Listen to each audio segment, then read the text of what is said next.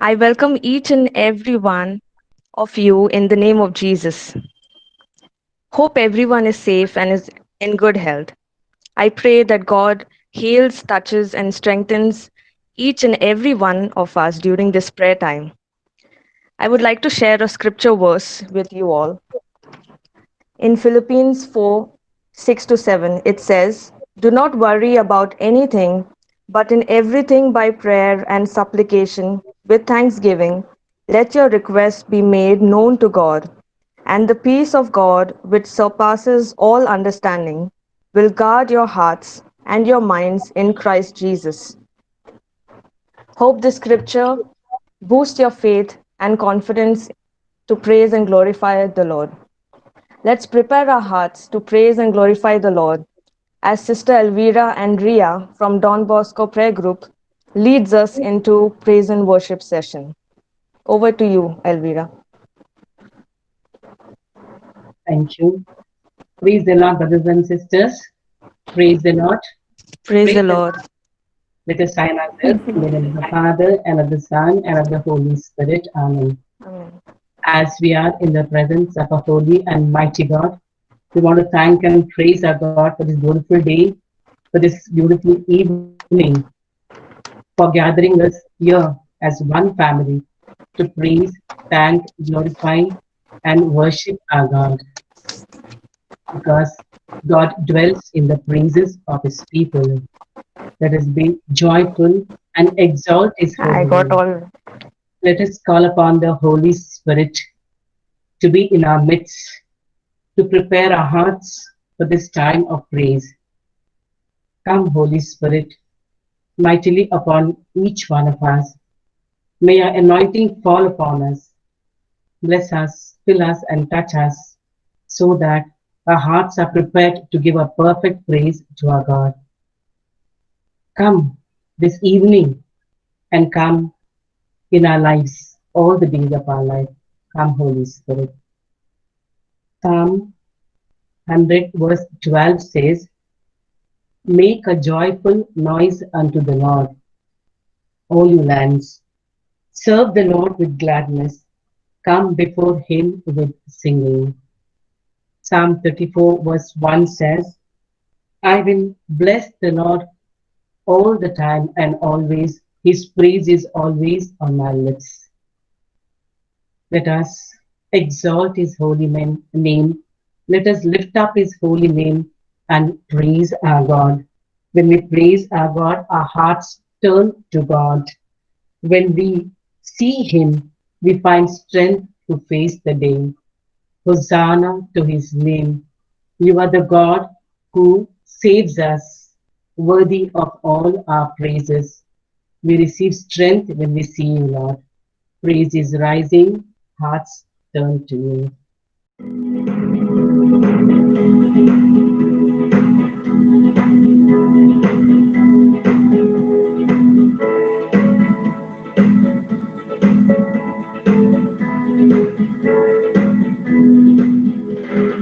Praises rising, eyes are turning to you. We turn to you.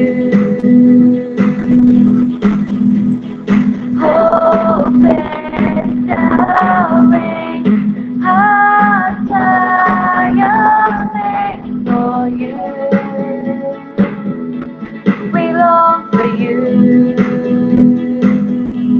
'Cause when we see you, we find strength to face the day. In your presence, all our fears are washed away. 'Cause when we see you, we find strength to face the day. In your presence, all our fears are washed away, washed away. Hosanna, Hosanna.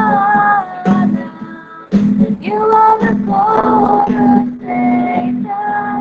You are the full of praises. Hosanna.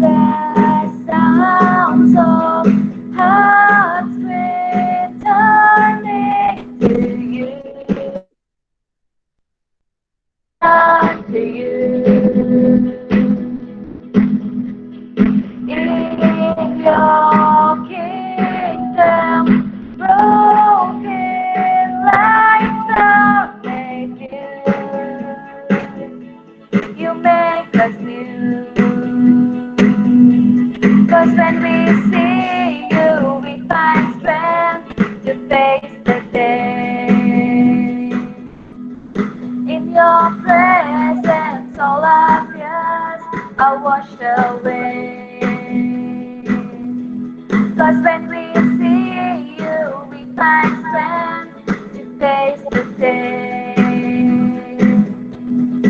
In your presence, all our fears are washed away. They're washed away. Hosanna, Hosanna. You are the God who saves us. You're worthy of all our praises. Hosanna, Hosanna. Come have your way among us. We welcome you, Lord Jesus. Come have your way among us. We welcome you, Lord Jesus. Come have your way among us. We welcome you, Lord Jesus. Praise you, Jesus. Thank you, Jesus. Hallelujah, Lord. Hosanna, Lord. Blessed Glory and be honor your to your holy name. name. Glory be to your holy name, Lord. Thank you, Jesus. Praise you, Jesus. When we see your face, Lord Jesus, all our fears and all our tension runs away, O Lord. Praise you, Lord. Hosanna, Praise Jesus. you, Hosanna, Jesus. Jesus. Thank you, Lord, Praise King you, of Jesus. Kings, Thank Lord you, of Jesus. Lords. There's My none like you, provider, Lord. my Praise protector, you, my Jesus. healer. Thank Most you, Lord High, Jesus. Lord, Lord, I bow Savior, down to before you and the Lord, praise Lord. your Praise holy you. name, Lord Thank Jesus. you, Lord. I Glory brought and you honor. glory of all our None praise. like you. Glory to you, Lord. We praise and we bless your holy name, Lord. Thank you, Lord. Praise you, Jesus. Blessed be your Thank holy you, name, God. mighty name, Glory Lord. be to your holy Thank name, you, God. Lord. Glory Thank and you, honor. Praise you. praise you. You Thank are you. the Alpha and the Omega, Lord. Praise you, Lord. Praise you, Jesus. You are the God who saves us, worthy of all our praises. Thank you, Jesus. Gospel of Matthew, chapter 16, verse 16. Jesus is asking his disciples, who do people say the Son of Man is? And the disciples say, some say that you are John the Baptist, and some say you are Jeremiah. And Jesus is asking his disciples, who do you say I am? And Jesus and the disciples say, and Peter says, you are the Messiah, the Son of the living God. Such a beautiful reply from Peter. Today, Jesus is asking each one of us, who do you say I am? What would be my reply to my Lord? Yes, Lord, you are the provider, protector, and healer. During your time, Lord, all the sick who came, they received your healing touch, O Lord, our Master. None went back empty handed, Lord.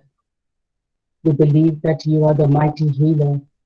We bow down and touch the edge of your garment, Lord, and want to be set free from every sickness, Lord, because you are the same yesterday, today, and forever. You are the kind and compassionate Master who fed 5,000 people, and you are the same provider who is providing for our bodies and souls today also, O Lord. You are my friend, Lord Jesus, who stands by me in all difficult moments of my life. You walk beside me, Lord. Your presence walks before me, O Lord. You are so close to all the broken-hearted. You wipe away my tears, Lord. You embrace us in your arms, Lord. We always feel the warmth of your loving embrace, Lord. Praise you, Jesus. Thank you, Jesus. Hosanna to your holy name, Lord. You are the light in every darkness, Lord Jesus. You are the light and my love. You are the purpose for my living, Lord. You are the reason for praising and singing, my Lord. And I will give you thanks forever and ever, all the days of my life, Lord. You are my love and my light.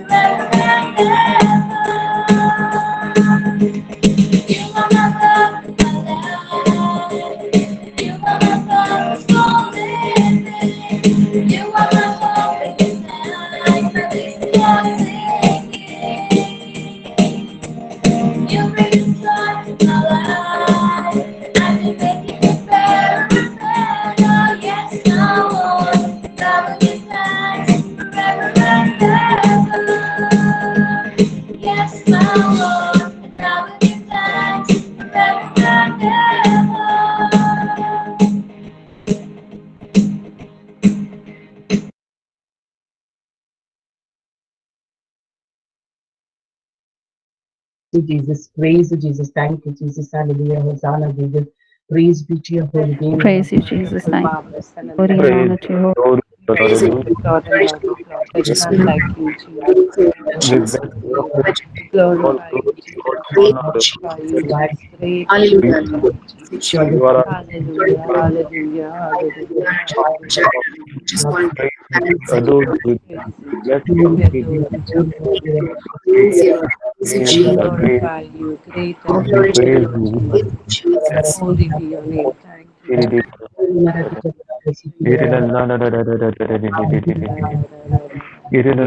Hallelujah, hallelujah. Praise you, Jesus. Thank you, Jesus. I give you thanks forever and ever, my God. Psalm 9 verse 1 says, with all my heart I will thank you, my Lord. I will proclaim all the marvelous deeds that you have done. Thank you, Lord Jesus, for your presence in our lives. Thank you, Lord Jesus, for your love and mercies, which never come to an end. They are so fresh and new every morning. Thank you, Jesus. Your grace is sufficient for us.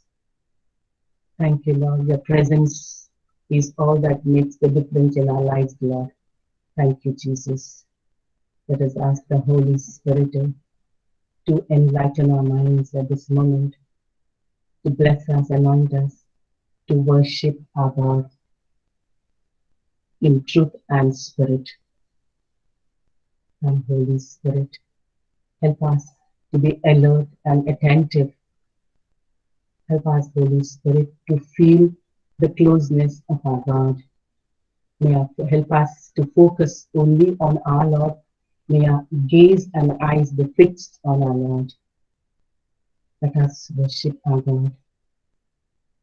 Let us come before Him as He is our God and we are His people. Romans 14:11 says, the Lord says, as surely as I am the living God, every knee shall bow and every tongue confess that I am your God. Truly, Lord, a holy God, holy mighty one, holy immortal one, holiest of the holies, the Lamb without blemish, a pure and holy God. We want to worship you, Lord. We want to tell you, Lord, that there is none like you. We seek your holy face, Lord, so that no storms of our lives can disturb us, Lord. We want to worship your majesty, and to Him be all glory, honor, and praise and worship. Let us exalt His name, the name which is above every other name. We want to worship Him, Lord. Worship His majesty.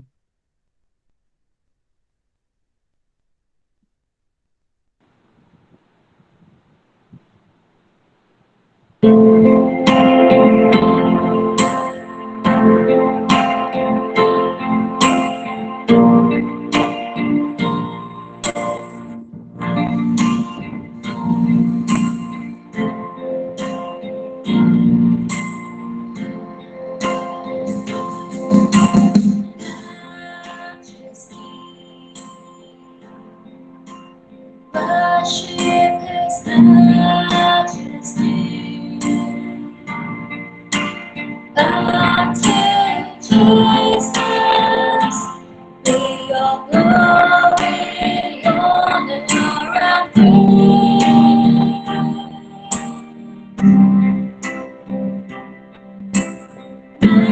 majesty, kingdom of authority, flows from His throne unto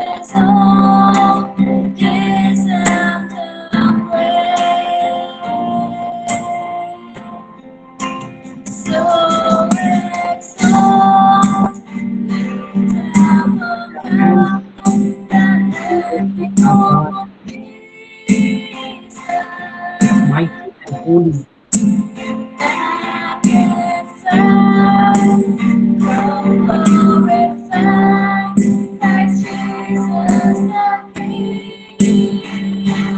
Jesus the King.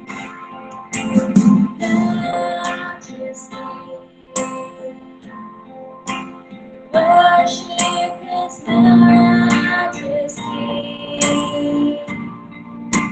Jesus and I now glorify King of all kings. Jesus, the King of Kings, So Lord of Lords.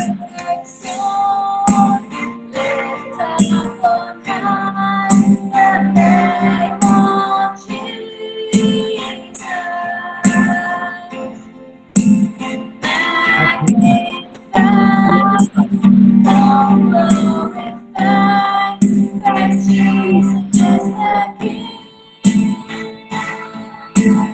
Glorify God.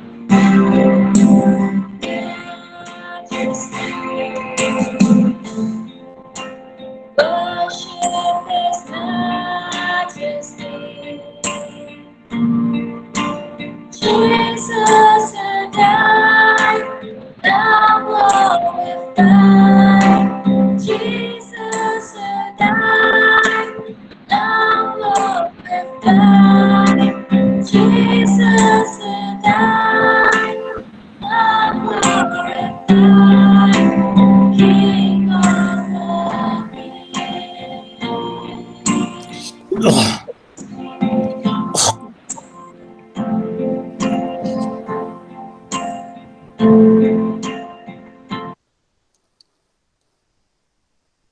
Praise you, Jesus.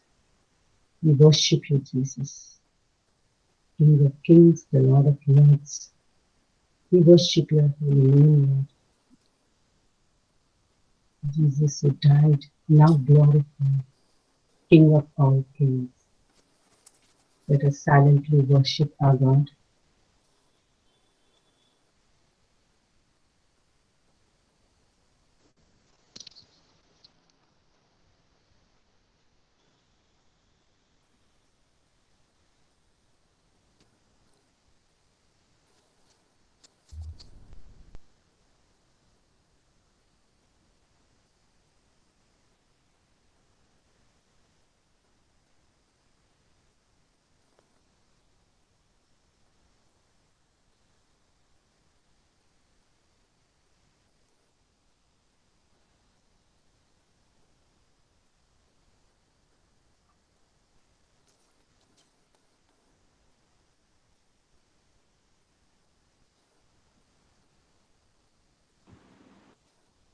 Amen.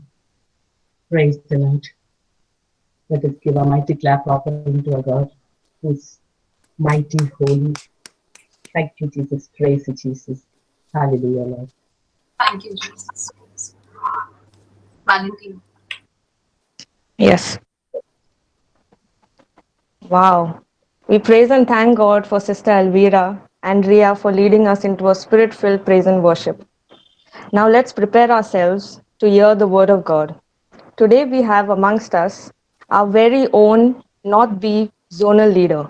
Let's welcome Brother Brazil Coleco to enlighten us with the word of God. As we continue our series on white collared sins, today's topic is on gluttony. Over to you, brother.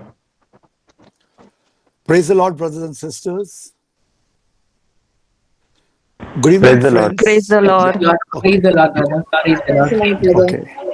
Praise the Lord, Brother Brazil. Praise the Lord. Thank you. Good evening, friends, and welcome to yet another Thursday's prayer meeting. Okay. We are, as she said, we are in the middle of the series on white collar sins. And today's topic is gluttony. Now, gluttony sounds more like a health related topic, a topic that would be apt for the discussion, not for prayer meeting, but for in a wellness club.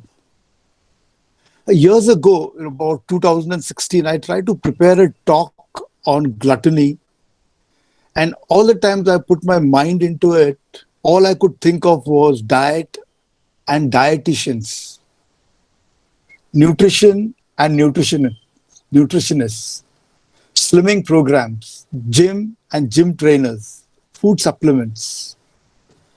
Now, all this is relevant, but from a worldly point of view or from a secular point of view.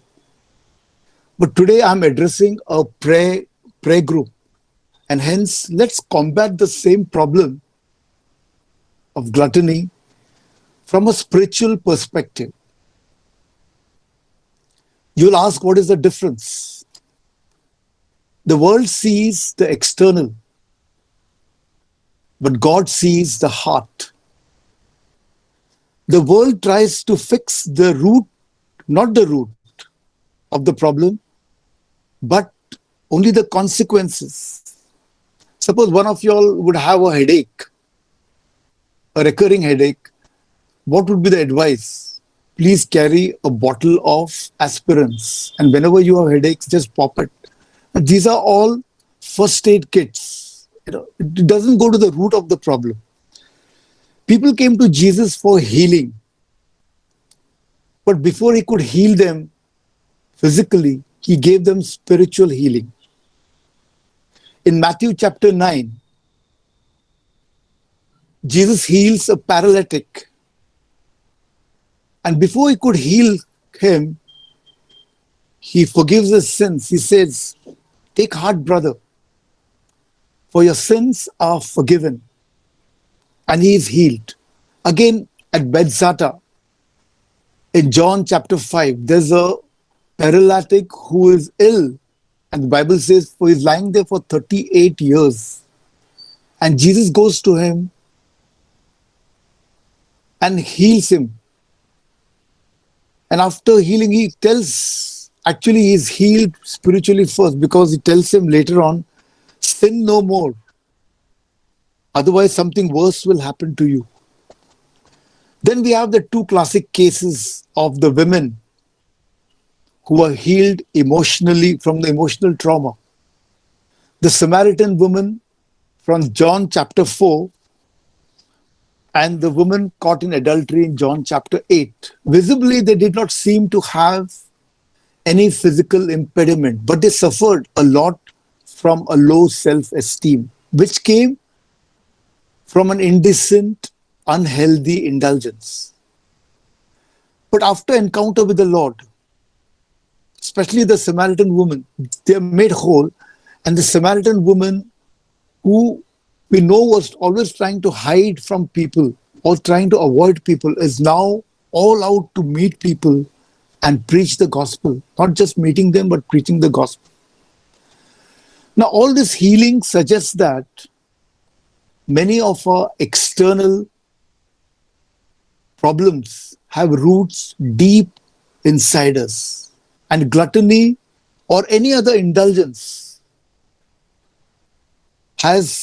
which has external manifestations, has got a deep-rooted internal problem.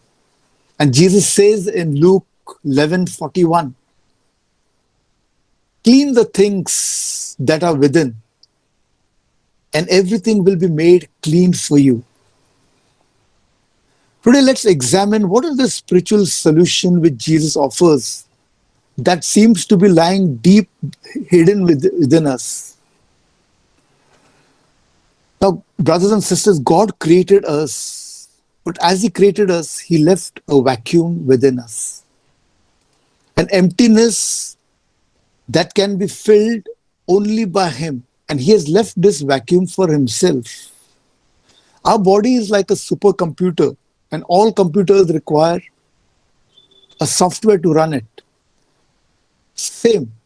God is a perfect software that needs to be installed within us to run our life's program. But God will not come and take his place within us unless he's invited. And inviting God is not a small matter. It's not a matter of just inviting him in a few words or cordial language or reciting a prayer. It requires a whole lot of lifestyle. that includes constant and dedicated time of personal prayer on a daily and discernment on a daily basis, because he's like a software that needs to be updated, not one time installation, but it needs to be updated all the time, maybe 6 hours, once in 6 hours. And 90% of the people don't have this lifestyle. They don't even pray. I'm just saying 90%. Actually, I'm trying to be positive. It's more than 90. It's about 99.9%. They don't have a lifestyle of prayers and discernment. Hence, people who try to fill up this emptiness subconsciously by overindulgence, like careers or sports or riches, fame, worldly pleasure, etc. But the more you try to indulge in filling this emptiness with worldly things, the emptiness only grows bigger and bigger. And Saint Augustine rightly said, we will never find rest until we find our rest in Him. Praise the Lord. Today's topic, gluttony, is listed under white collar sins, society's most acceptable sins, as it is called. Obviously, nobody breaks any commandment or rule when we eat. But interestingly, the church has listed gluttony under cardinal sins. Why?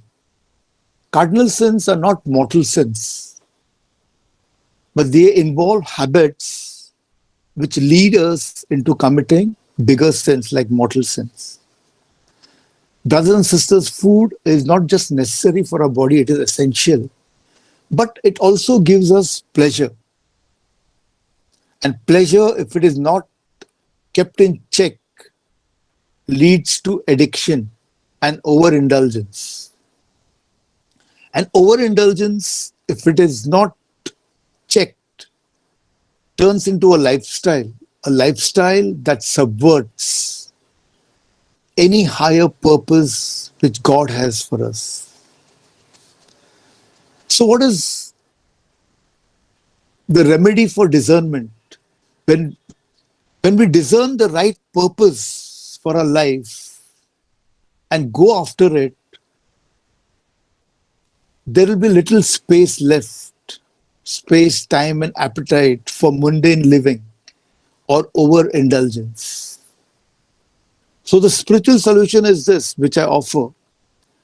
Find God, fill this emptiness with God through daily prayers and discernment, and God will reveal you to the purpose.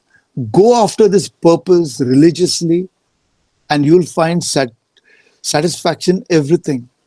But unfortunately, I told you, the main people don't have a lifestyle of prayers. And so 95 or 100, almost 99% of the people, their main purpose in life remains pleasure and comfort. Now, gluttony is not only about food. It includes other things also. In fact, it's a series of things that forms a package. Like good food. It's not just food, good food served on a dining table, shared between many friends, and shared and spent and had over a period of time, say 2 to 3 hours. And while we have food, what goes with it? Wine. And while we eat and drink, there is jokes, there is fun, there is gossip. People also, when we eat and drink, they also smoke. They also watch games. Even when there are IPL matches or football leagues or Premier Leagues, people are invited to one another's home. They open a bottle of wine, have a drink, have a dinner or lunch, spread over a few hours and spend time. They talk. All these things consume a lot of things, like you are consuming alcohol, and even when you are watching a match, it gives you thrills. You're consuming emotions. Emotion is God's gift, and it has to be used sparingly, and it has to be channelized in a proper way. It is meant to build compassion and love, but we use it for excitement and for grief by watching sad movies and all. Of course, coming back to gluttony, when we spend so much time drinking, eating, watching movies, watching matches, and then finally it comes, you feel sleepy, you spend some time sleeping. And at the end of it, it gives you a lot of pleasure, but pleasure that doesn't satisfy, pleasure that keeps asking for more. It craves for more. And then one among your friends will say, what a wonderful time we had. I think we should have some more of these parties. But next party should be at my place. And then we have one party coming. And then one among other friend will say, and after that, let it be my turn. And still another, my turn. So we have a series of parties lined up. And each person, when he takes his turn to host a party, he tries to get it better. The whole sequence of event escalates. It gets bigger, it gets better, it gets longer. Of course, all these people, they work hard for their money. They are all white collar people. They work hard from Monday to Friday. But the problem is, the only reason why they work hard is to earn leisure, to have fun. I remember a silver wedding. I'm a caterer and I was doing the catering. And the eldest son came up on the stage for the toast. And he said so many good things about his parents. One of the things he said was, today, I'm not just successful, but I'm very successful, and all credit to my parents. I still remember he said the words my dad spoke to me when I just entered college. He said, son, 5 years of hard work, concentrate, and you will have 50 years of dividends, a good life. And today, he said, I have everything. I paid heed to my father's advice, and today I have all the pleasures of my life.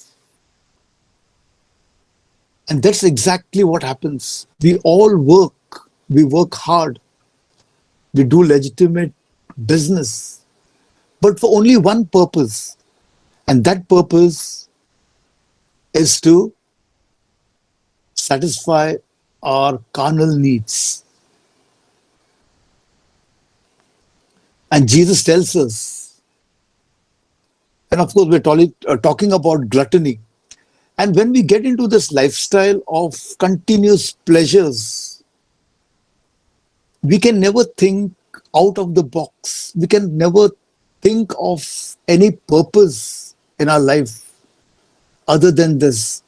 Even if we think of something good, we are worried it will hamper our lifestyle. We love our clique, we love our lifestyle, we love our parties, we love our Saturdays, Sundays, and we don't want to disturb it. So,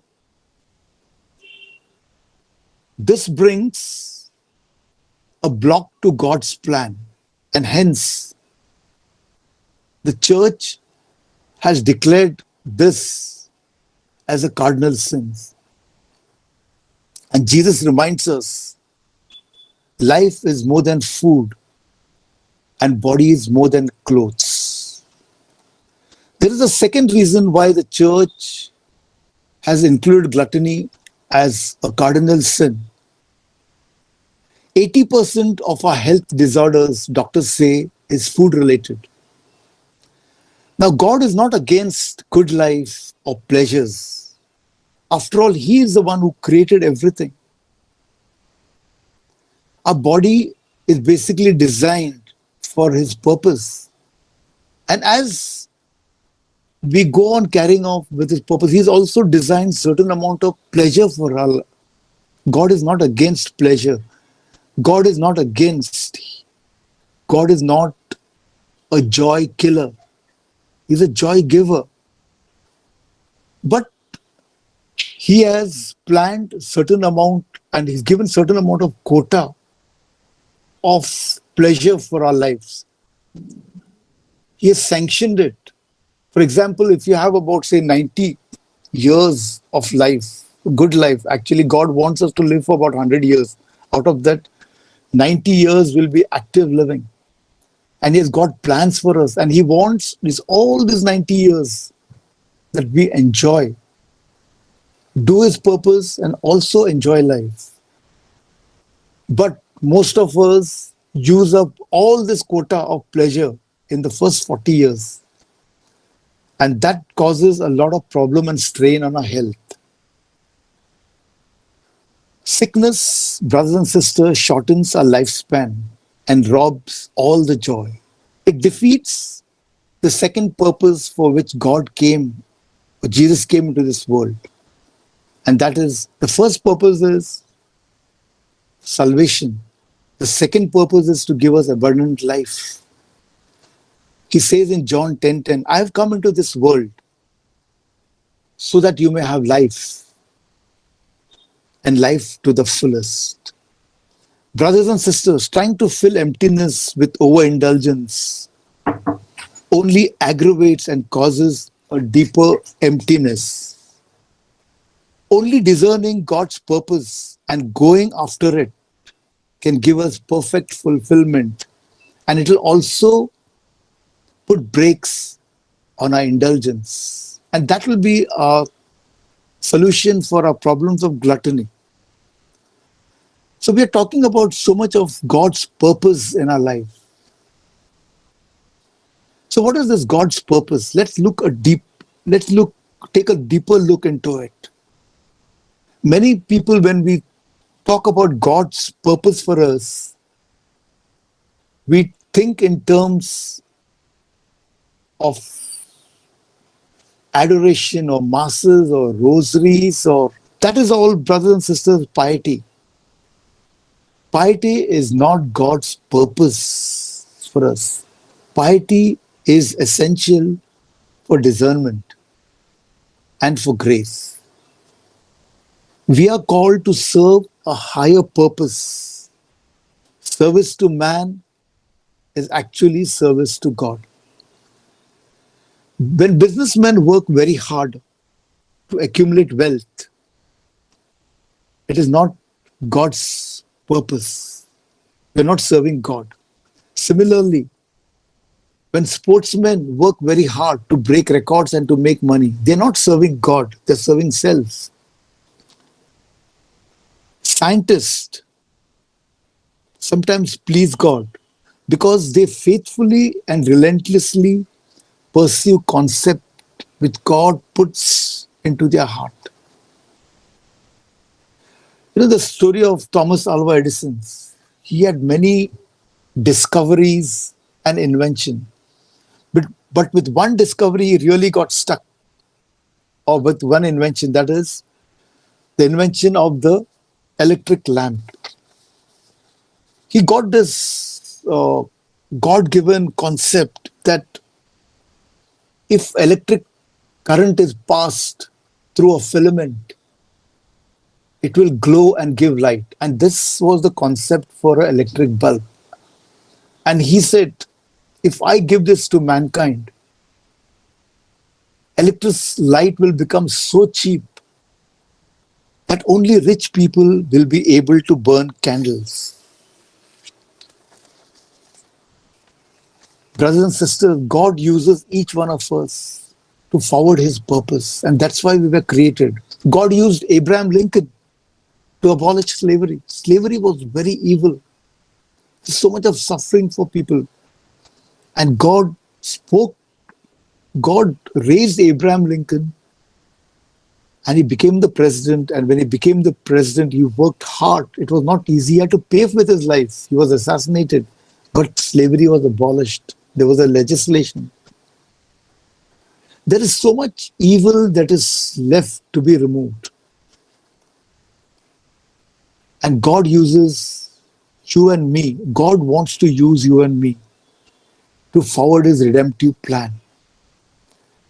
God wants to clean every evil from this world. Imagine, you've been seeing the news in India, what is happening, what kind of justice we have. The judges are always under political pressure. The judges give their judgment depending on what the corporates want them to do. But God can use you and can raise you as a judge. He can raise you as an environment officer. What is happening to our rivers? What is happening to our environment? Because there is flouting of norms. The officers who are in charge, they don't do their job faithfully. But God can use Christian children, Christian people who know Christ. He can install them as a judge so that they will not be under political pressure or not succumb to the greed of the corporates and give the right judgment. He will use your children and our children as environment officers so that corporates will not be allowed to pollute rivers. And so he'll bring about a change in our nations. God wants to restore our country and wants to make it a great nation. God has already done so well with other people in other lands. But sadly, today, our children, especially the Christians, want to look for greener pastures or good life in the Western country. God, in fact, wants you and I to be here to do his work. Brothers and sisters, let's go to 1 Corinthians chapter 6, 12 to 20. Now, this is Paul's teaching a theology of the body, where he teaches us that the real purpose why God has created us and how we can glorify God with our lives. I'll take one or two of these verses. Verse 12 says, all things are lawful for me, but not all things are beneficial. All things are lawful for me, but I will not be dominated by anything. Brothers and sisters, once we discern God's purpose, next is to go after it. Pursuing a goal calls for disciplined life. We'll have to change and alter the way we live. Late nights, or sleeping for 8 to 10 hours, lengthy drinking sessions, all this time watching political debates for hours, watching IPL matches. This will not serve the purpose when we have God's purpose with us. Most of us live to eat, but we have to change that trend. And God says, now we have to change. We have to eat in order to live. St. Paul says in Colossians 3, verse 5, put to death, therefore, everything within you that is worldly. Brothers and sisters, when I ask you to give up everything, good food, TV, it sounds a little depressing. But it is depressing because we don't have a purpose in life. Once we identify a purpose, it will become easy. I'll just tell you a small story about just what happened to Sachin Tendulkar. Everybody knows Sachin Tendulkar.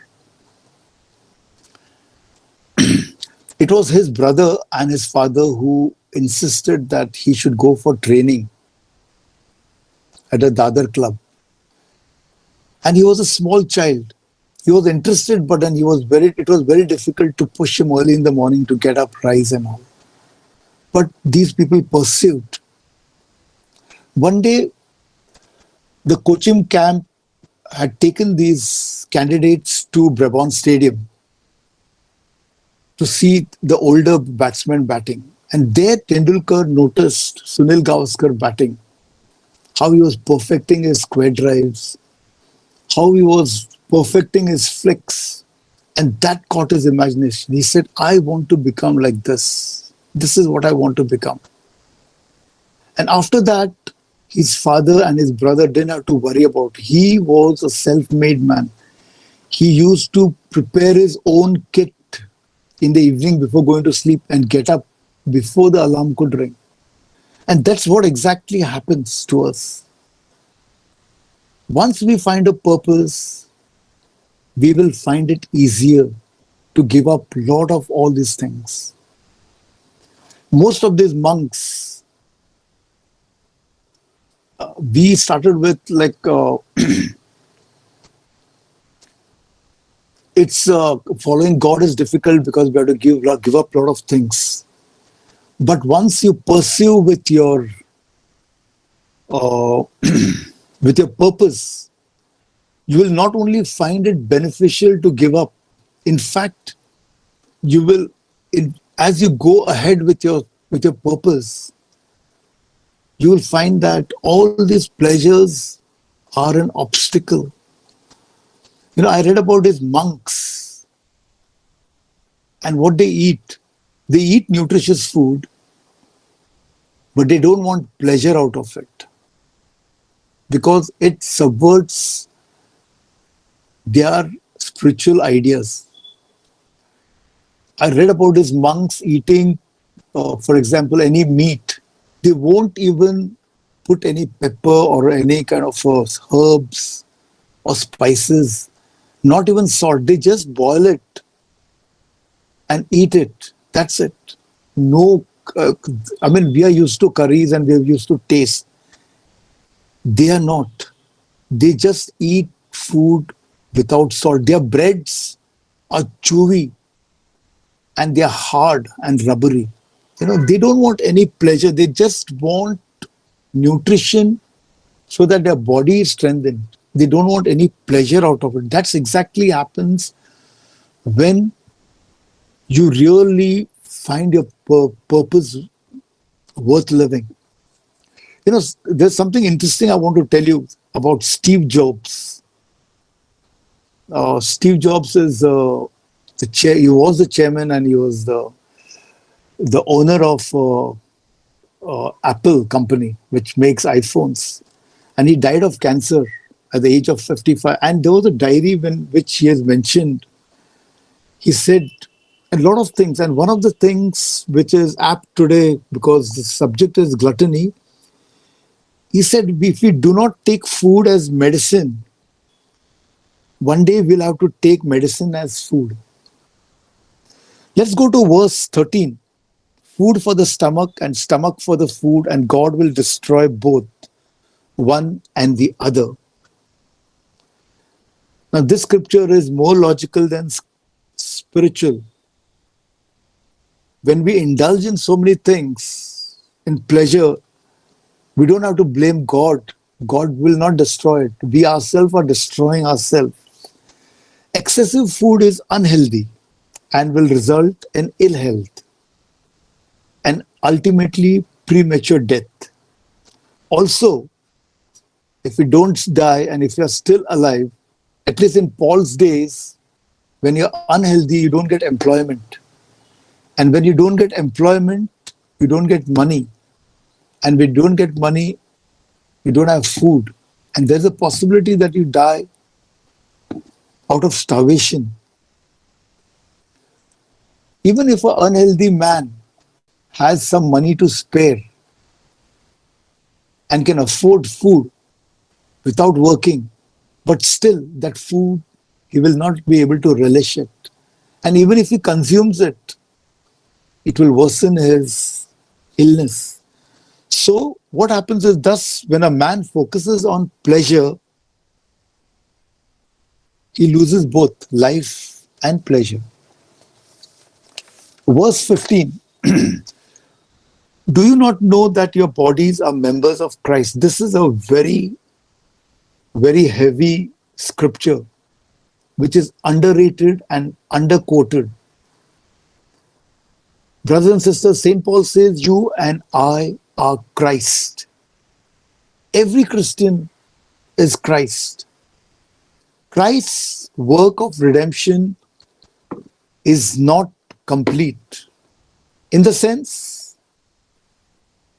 in his life, death, and resurrection, Christ has redeemed mankind. He has opened the doors of heaven for us. But he has left, as far as the earth is concerned, he has left the mission incomplete. But he has left a church, which is you and me, the body of Christ, to fulfill that mission. Mark 16:15 says, go into the whole world and proclaim the good news to the entire creation. Why does it say creation? Those who believe and are baptized will be saved. Thus, we have 2-point mission over here. One is creation and another is redemption. Just because you and I are saved, it is because God has used somebody else to preach to us. And we believed, we baptized, and we are following the Holy Spirit. And that's why we are redeemed and we have a chance of salvation. But we also, God wants to use our bodies and our faculty to proclaim the message to others so that everybody can be saved through us, by preaching and through our lifestyle. The second mission which God has is to restore creation. That is, change the way the world is governed and restore the beauty of the creation. And that's why he wants to use each one of us. We are supposed to go out, just not pray. We have to take part in changing what is happening to our rivers, to our environment, to our legal system, to the policing, to the politics. We are supposed to take part in this. We are supposed to govern. Let's go to the last part of it, verse 19 and 20. Or do you not know that you are the temple of the Holy Spirit and that God dwells in you and that you don't belong to your own? For God has purchased you for a price. Therefore, glorify God in your body. This is St. Paul's message to the Corinthians who are newly converted. They were not Jews, but they were Gentiles who had a very rash kind of a lifestyle. And those days, the anointing was so strong in the days of Paul, Silas, and when they used to preach, people who were just even Gentiles, when they used to listen to the word of God, they would receive the anointing of the Holy Spirit. And it was so strong that they would manifest. And they would break into tongues. They would receive the word preaching and they would grasp the meaning, and that word used to overwhelm them, so that they would go and preach the message, proclaim the word to somebody else.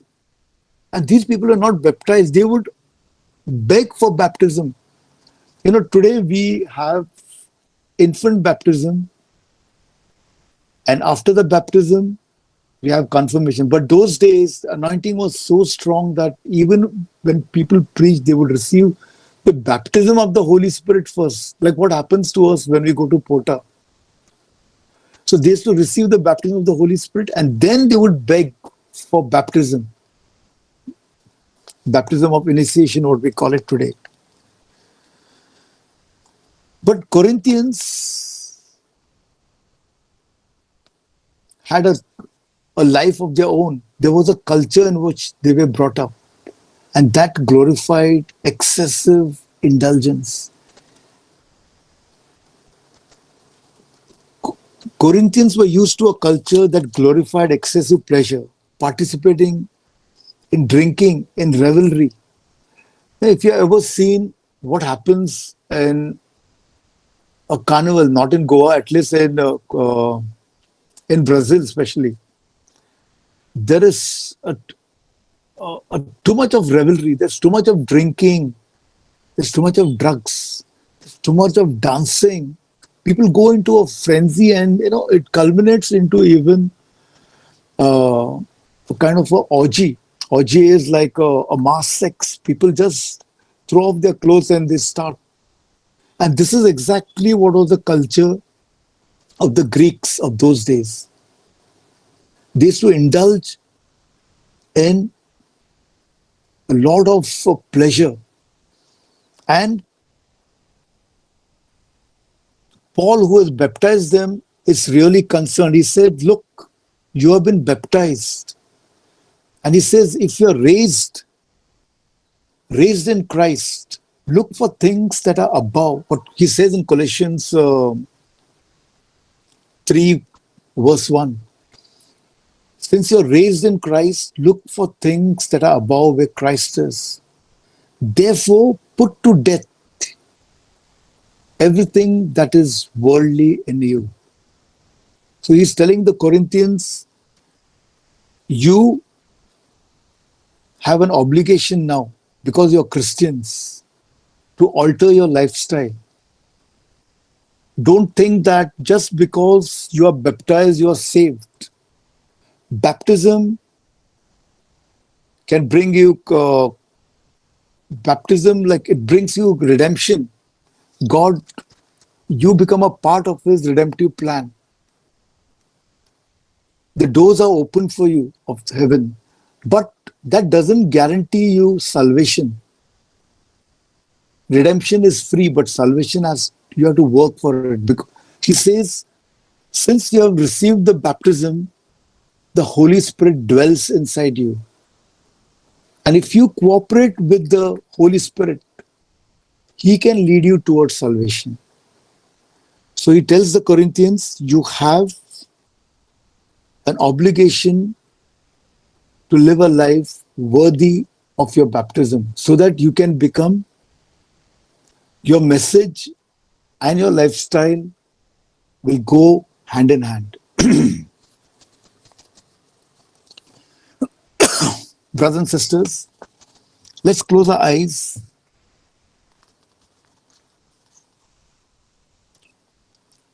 Father God, as you have spoken these words through me, Lord, unworthy as I am, Lord, you have used my body, my tongue, Lord, to proclaim the word. Lord, the battle belongs only to you. Lord,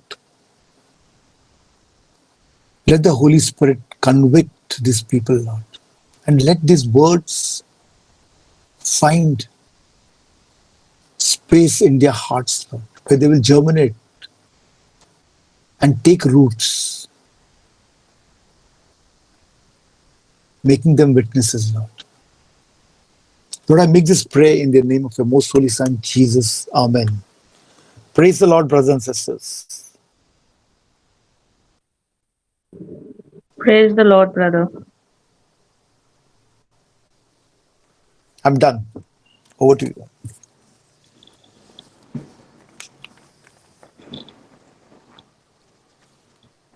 As we are all in the presence of the Lord at this moment, the Lord says, call to me and I will answer you. As the word of God says, our bodies are the temple of the Holy Spirit and God dwells in us. as we surrender our bodies, that is a temple of the Holy Spirit, to the Lord, our Creator, the God who gives us life, the God who has given us His breath. Let us surrender ourselves into the Lord at this moment. The Lord says, "Come to me, all those who labor and are heavy burdened, and I will give you rest." The Lord says, "I will deliver you. I will give you a new life. I will take complete control over you." As we surrender our minds, our bodies, our spirit, our soul, our families into the hands of the Lord, the Creator,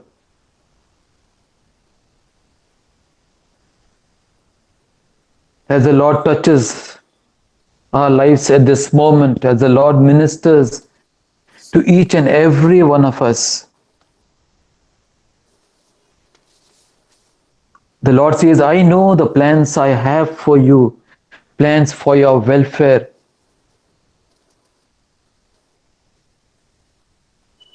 The Lord knows all our anxieties, our fears, our doubts, and everything that we are going through at this moment. The Lord touches all those who are in fear at this moment, and the Lord is delivering us.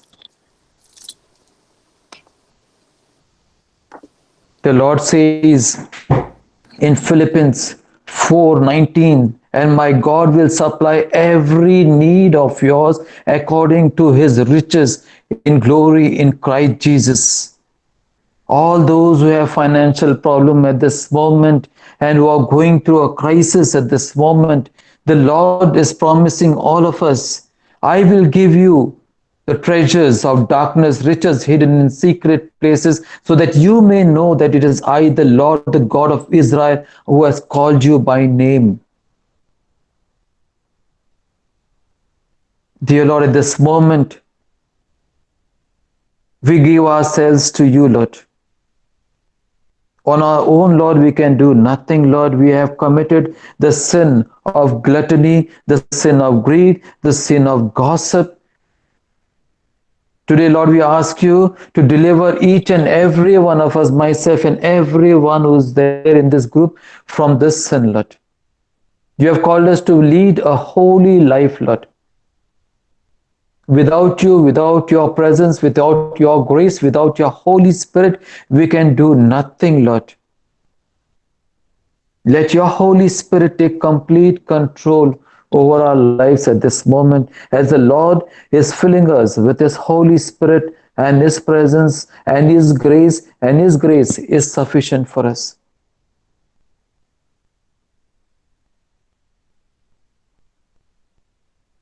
Thank you, Father. Thank you, Jesus. Thank you, Holy Spirit, for ministering to us, for touching our lives, to touching our hearts, our minds, to setting us free, Lord. Thank you, Father. Thank you, Jesus. Thank you, Holy Spirit. All glory be to the Father, and to the Son, and to the Holy Spirit. Amen.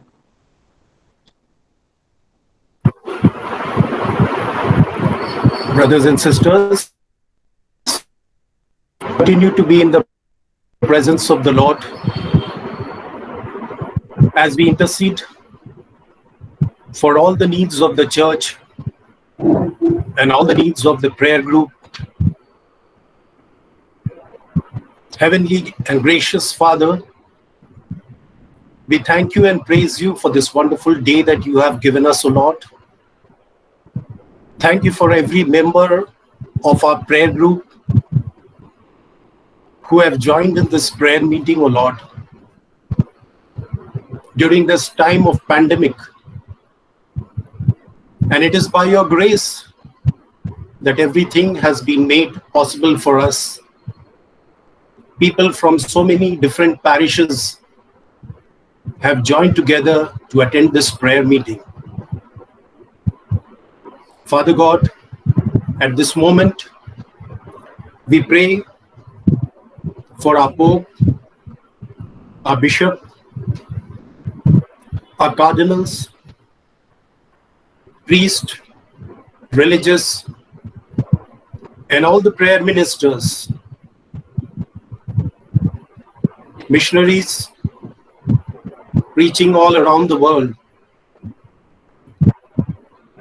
and all the people who are involved into the preaching the word of God.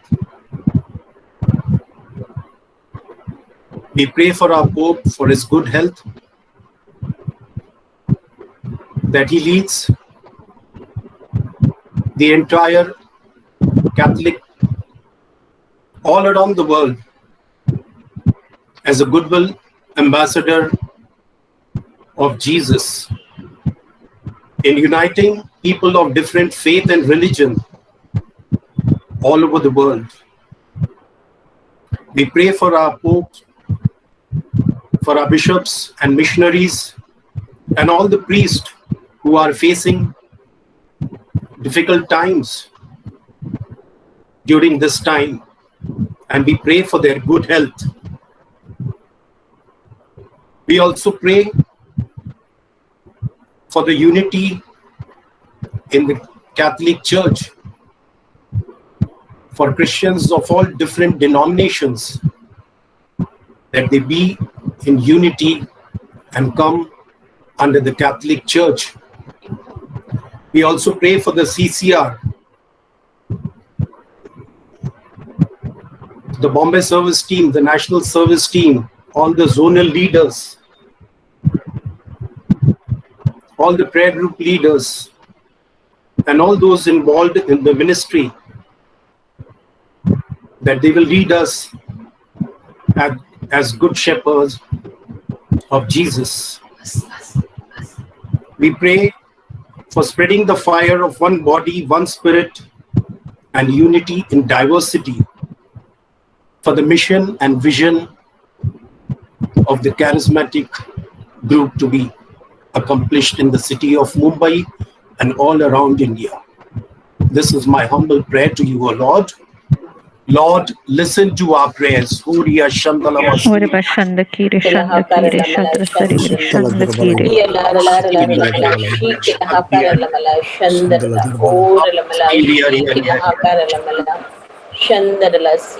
Syria, Shandala Sakadriya, Sandama Syria.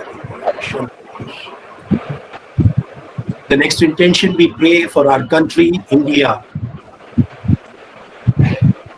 The country which is very diverse, people of different religion and faith live in harmony in this country.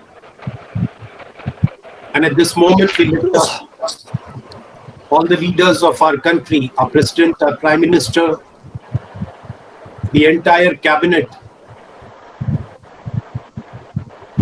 the ministers of our state, all the government officials, the bureaucrats, the judges, the police officials, the military officials, and all those responsible for running this country. We bring them before you, O Lord, and we pray that you will bless them in a mighty way, O Lord, so that they will understand their responsibilities in serving the people of our country. We especially pray for all the migrant laborers and all the workers who have lost their jobs and businesses during this time of pandemic. And we pray that the government will provide them with proper employment opportunities. We especially pray for the elections that is going to be held in the state of Bihar and the by-elections in the state of Madhya Pradesh and Uttar Pradesh. And we pray that the election commission will do its work in the right earnest and see to it that free and fair elections are held in all these places. We pray for the infrastructure growth of our country. for the roads to be maintained, for the railways, the metro service, which provides service to the people, that they will do in maintaining the services which give comfort to the people. We also pray for all the officials who are corrupt, and we pray that they will understand their responsibilities in serving the people of our country. This is my humble prayer to you, O Lord. Lord, listen to our prayers. Lord, listen to us, Lord,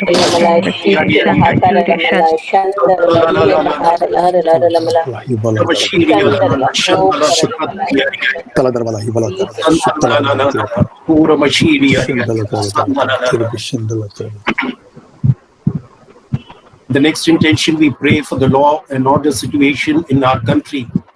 In the recent past, we have seen that the police officials and the court in our country are working under the political pressure of the people in power, and decisions are being given in favor of the political parties in power.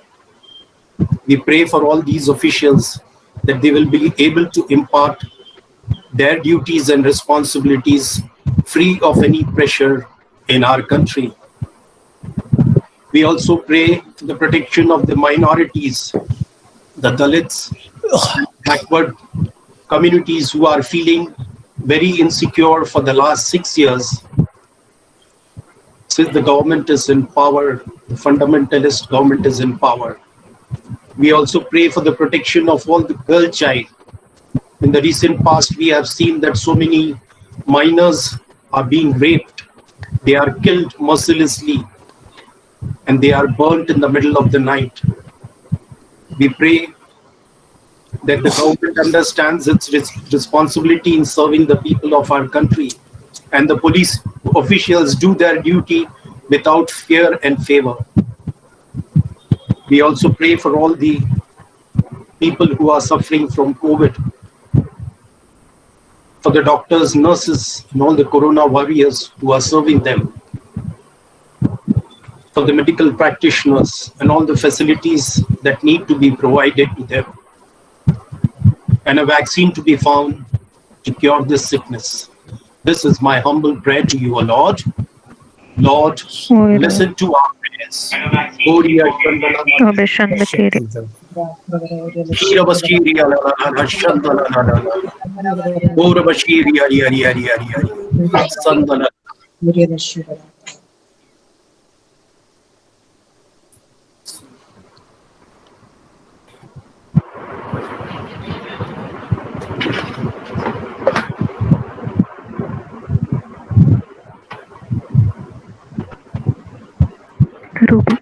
Praise the Lord, brothers and sisters. Praise the Lord. Praise the Lord. As we all wind up, I would like to take just another 5 minutes more of your time, please. On behalf of all of us, I take this opportunity to thank Brother Brazil Colaco, our zonal coordinator, for explaining today's topic on gluttony so beautifully, brother. For these practical examples, I'm sure each one of us will be more alert in our asking and giving and our lifestyle. I would like to thank Brother Alvin James Menezes for ministering to us today. I also would like to thank Brother Joseph Thomas from Lily of the Valley Prayer Group, Mira Road, for leading us to a time of prayer and intercession. Please don't go, brothers and sisters. Some more important announcement for all of you. We have the Empower 2020, a national conference in preparation for the Golden Jubilee celebration, which is from the 23rd of October to the 25th of October. That's for 3 days. The last day to register will be on Sunday, 19th of October. For further details, you may contact your prayer leader or any of the core team members. Secondly, every year we have rallies to celebrate this day. But this year, we have a vigil celebration from within our homes. Mission Sunday celebration, Send Me, is on Saturday, 17th of October at 6:30 p.m. onwards via Google Meet. And thirdly, as we continue with the series White Collar Sins, our topic for next week is sloth. And we have Deacon Clifton Mendonca to enlighten our minds. And lastly, I thank each and every one of you, brother and sister, on behalf of the Zonal Core team for being here every Thursday after Thursdays. God bless you all.